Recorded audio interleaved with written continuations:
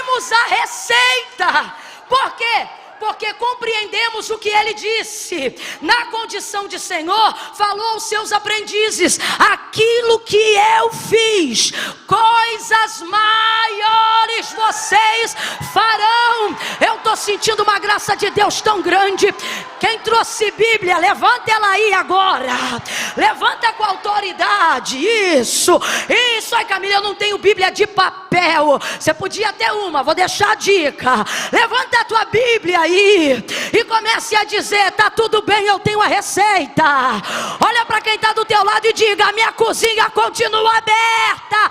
Tempero da graça, tempero da unção, tempero do poder, tempero da libertação. O reino de Deus se manifesta aonde eu entro, aonde eu falo, aonde eu canto, aonde eu prego, aonde eu profetizo, aonde eu intercedo, aonde eu oro. Porque eu não só conheci o chefe, eu compreendi suas motivações. Eu ando com a receita.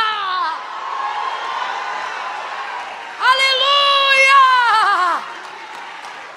Esses 2 anos vão virar 4, os 4 vão virar 8, os 8 vão virar 16, e todos os anos se seguirão até que a igreja seja arrebatada. Por quê? Porque o chefe está à destra de Deus, mas a receita está com os discípulos que compreenderam a manifestação do seu reino. Sabe o que é isso? Não é uma mesa de banquete qualquer, é o único corpo místico de Cristo, reconhecido e legitimado para manifestar o que Jesus operou quando por esta terra passava. Olha para quem está do teu lado e diga com carinho: me respeita. Eu tenho a receita. Você está entendendo? Alguém aqui está compreendendo?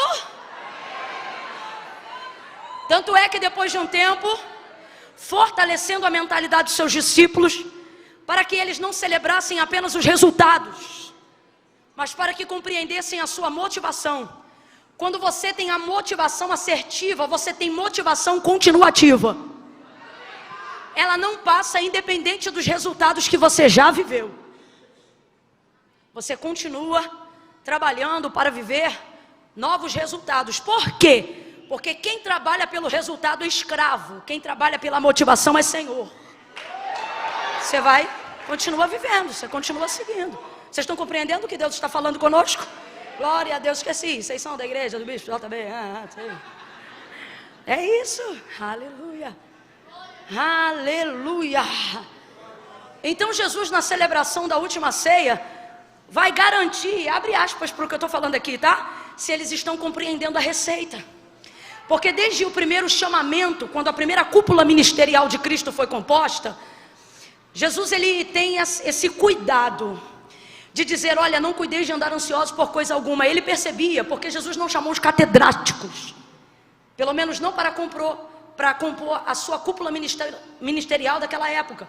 Ele chamou os seus discípulos, pessoas simples, pescadores. Tanto que o povo se impressiona quando Pedro fala a multidão, depois de Assunção de Cristo. Não é aquele pescador, como quem diz, um indouto, um inculto. Então ele chama essas pessoas muito simples. E pessoas muito simples têm crenças muito limitantes. E a verdade é que eles deixaram tudo para seguir Jesus, mas ainda estão em processo de conversão e de libertação, não para se apegarem aos resultados. Tanto é, eita glória. Esse é aquele momento que você diz assim: ainda bem que eu estou na igreja se Jesus voltar. Não é? Então veja, ele chamou e eles deixaram o que eles tinham. Tanto é que no chamamento de Pedro, primeiro apóstolo da igreja primitiva, ele seguiu Jesus depois de ter pego a maior multidão de peixes da sua vida, seu maior cardume. Largou tudo e seguiu, para compreender que não era o resultado, era a motivação. Então eram pessoas simples, e pessoas simples às vezes dentro de um contexto acabam tendo muitas crenças limitantes, e os discípulos não eram diferentes. Então Jesus quebrava essa limitação. Olha isso, eles estão andando com o Filho de Deus. Eles estão vendo cegos serem curados de manhã, e antes do entardecer eles já estão pensando na janta. Aquela preocupação, lembra da multiplicação, Mateus 14? Dos pães e dos peixes? daquele menino que trouxe 5 pães, 2 peixinhos. Jesus deu graças, começou a repartir, multiplicou para aquela multidão. Qual foi o pensamento dos discípulos depois do sermão pregado naquele deserto, naquela tarde? Senhor, manda eles embora. Rapaz, Jesus está pregando. Irmão, se a gente ouvir alguém que a gente gosta, ou alguém que nem gosta, mas que está pregando a palavra, já cativa a gente. Imagina você ver o verbo vivo pregando. Pastor, pelo amor de Deus, gente. Ai, nesse culto ia ter que me catar a capar. Olha isso. Então, veja, Jesus está pregando, o povo está tomado, mas aquela multidão, Jesus disse que tinha compaixão. Por quê? Não o seguiam apenas por o que ele falava, mas sua principal motivação era o quê? Se ia ter comida. E os discípulos sabiam disso. Por quê? Porque pensavam como eles. Tem gente que só tem capacidade de julgar a gente pelos erros que a gente comete, porque no fundo eles cometem os mesmos erros. E aí os discípulos, Senhor, manda embora, manda esse povo embora. E o Senhor disse, não, ninguém vai embora, manda o povo sentar. Imagina você desesperado com uma multidão, você só tem 5 pães para dividir para 12, 2 peixes. E aí Jesus diz, manda ninguém embora, faz círculo de 50 em 50 e 100 e manda todo mundo sentar. Que desespero. Porque o pensamento deles ainda estava nessa necessidade. Estamos seguindo aquele que supre necessidade. Estamos seguindo aquilo que supre necessidade. Ele supre necessidade, mas ainda assim, muito limitante. Eu vou te provar que a crença dos discípulos ainda era limitante, mesmo diante das realizações de Jesus. Porque isso não tem a ver com ter, tem a ver com se tornar. Quando Jesus te dá coisas, Ele não te dá coisas para você dizer, eu tenho. Ele te dá coisas para que você se torne. Você vai entender. Se você tem coisas, e estas coisas não te tornaram uma pessoa melhor, não foi Jesus que te deu. Tudo que Jesus te dá e te acrescenta, te torna uma pessoa melhor. E aí, olha isso. A prova de que a crença limitante deles era tamanha, que um dos discípulos vai chegar para ele na hora que veio os 5 pães e 2 peixes e diz assim para ele, Senhor, mas o que é isso para tanta gente? Ele fica com vergonha de oferecer aquilo. Um rapaz deixou aqui 5 pães e 2 peixes, mas o que é isso para tanta gente? Oh, nem que tivéssemos, quem está me ouvindo diga amém, 200 denários de dinheiro.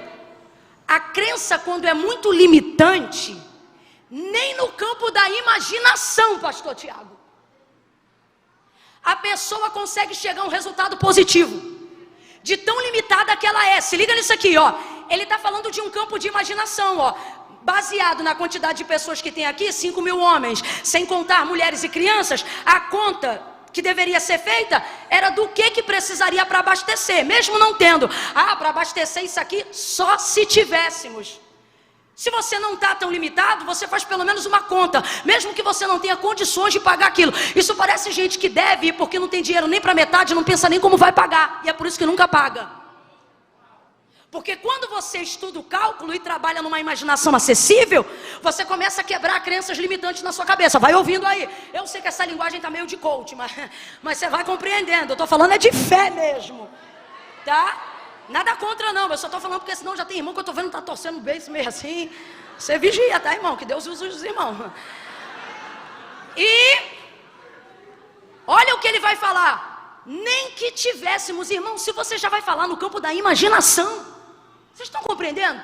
Se o Senhor, se você já vai falar num campo de imaginação, por que não falar uma imaginação? Ou seja, até sonhando o cara sonha ruim.